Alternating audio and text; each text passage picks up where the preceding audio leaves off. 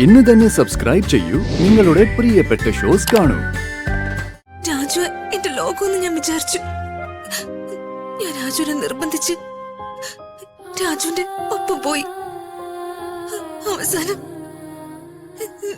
വീണ്ടും ഞാൻ ഈ വീട്ടില് അംബികമ്മയുടെ ദീപക്കിന്റെ ഇടയില്. കരയല്ലേ മോളെ, ഇങ്ങനെയെല്ലാം അവസാനിക്കുമെന്ന് രാധമ്മ കരുതിയതല്ല. എന്റെ മകൻ മോളോട് ചെയ്തത് തെറ്റാണെന്ന് എനിക്കറിയാം.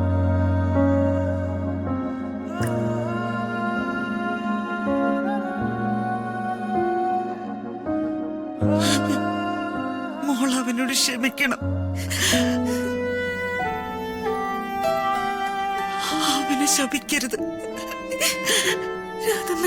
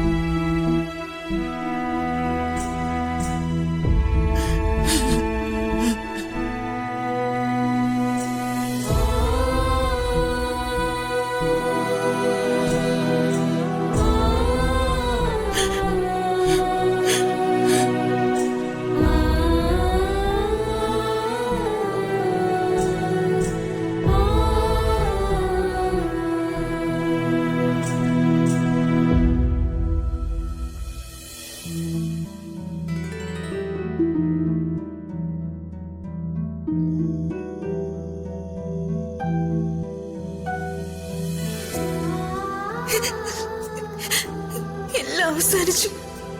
ഇനിയിപ്പോ രാജുവിന്റെ കൂടെ രാജുവിന്റെ വീട്ടിലേക്ക് ഇനി ഋതിക ഇല്ല.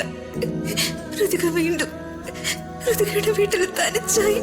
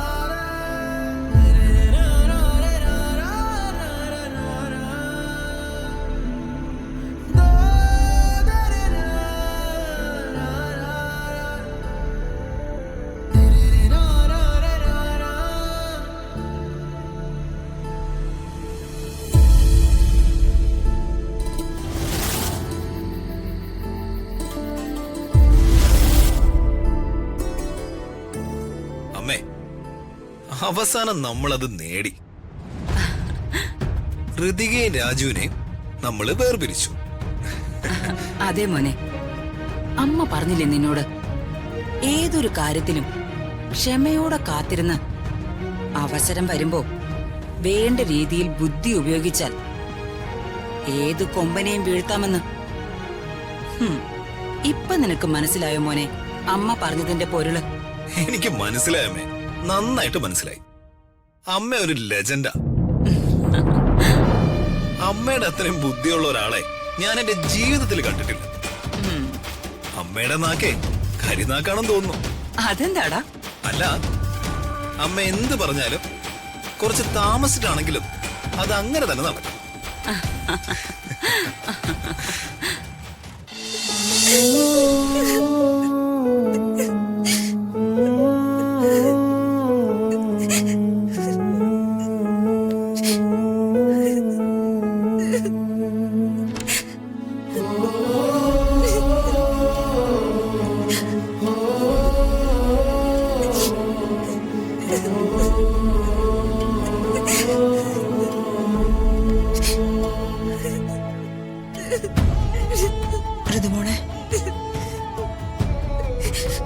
കുറച്ചുകൂടെ നേരത്തെ എന്നോട് ഇതൊക്കെ പറയായിരുന്നില്ലേ? ചെറിയമ്മയ്ക്ക് ഇതൊക്കെ അറിയായിരുന്നു. ഞാൻ ഋതുമോളും രാജുവും സംസാരിക്കുന്നത് കേട്ടിരുന്നു. അതിന് ഋതികമ്മയുടെ ആരാ? ഞാൻ വിവാഹം ചെയ്ത ഭാര്യയൊന്നുമല്ലല്ലോ. ശരിയാ, രാജു താലി കിട്ടിയ ഭാര്യ അല്ലല്ലോ ഞാൻ. എനിക്ക് രാജുവിനെ ഇഷ്ടമായിരുന്നു ചെറിയമ്മ. ദീപക്കുമായിട്ടുള്ള വിവാഹം നിശ്ചയിക്കുന്നതിന് മുൻപ് തന്നെ എനിക്ക് രാജുവിനോടുള്ള ഇഷ്ടം ഞാൻ തുറന്നു പറഞ്ഞതാ.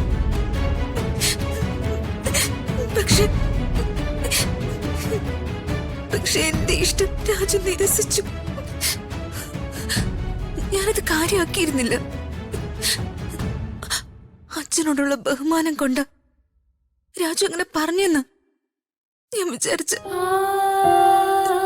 കുറച്ച് ദിവസങ്ങൾ കഴിയുമ്പോ പതിയെ പതിയെ രാജുവിന്റെ മനസ്സ് മാറുമെന്ന് ഞാൻ വിചാരിച്ചു. അതുകൊണ്ടാ ദീപക്കുമായിട്ടുള്ള വിവാഹത്തിന്റെ അന്ന് രാജു എന്റെ കഴുത്തിൽ താലി കെട്ടിയെന്ന് ഞാൻ നുണ പറഞ്ഞത്. പക്ഷെ എന്റെ പ്രതീക്ഷകളെല്ലാം തെറ്റിപ്പോയി ചെറിയമ്മ. മോള് കരയാതിരിക്കേ. ഞാൻ എന്തൊരു ഫൂളാണ് ചെറിയമ്മ. എന്റെ ആഗ്രഹത്തിന് എല്ലാം നടക്കുമെന്ന് ഞാൻ വിശ്വസിച്ചു. ഞാൻ വെറുതെ എന്തൊക്കെയോ ആഗ്രഹിച്ചു. രാജു എന്റെ ലോകമെന്ന് ഞാൻ വിചാരിച്ചു. ഞാൻ രാജുവിനെ നിർബന്ധിച്ച് രാജുവിന്റെ ഒപ്പം പോയി. അവസാനം വീണ്ടും ഞാൻ ഈ വീട്ടില് അംബികമ്മയുടെ ദീപക്കിന്റെ ഇടയില്. കരയല്ലേ മോളെ? ചെറിയമ്മല്ലേ ഈ പറയുന്നത്? മോള് കരയാതിരിക്കേ. ചെറിയമ്മ രാജുവിനോട് സംസാരിക്കാം. പ്രതാപേട്ടനോടും ശേഖരേട്ടനോടും പറഞ്ഞ് നമുക്കെല്ലാവർക്കും കൂടെ രാജുവിന്റെ വീട്ടിൽ പോയി സംസാരിക്കാം. വേണ്ട ചെറിയമ്മ. ചെറിയമ്മ കേട്ടതല്ലേ? രാജു ആര് പറഞ്ഞാലും കേൾക്കില്ല. രാജുവിന് എന്നെ വേണ്ട. രാജുവിന് എന്നെ ഇഷ്ടമല്ല. ചെറിയമ്മ നോക്കിക്കോ, ഞാനിനി ആരും വിവാഹം കഴിക്കില്ല.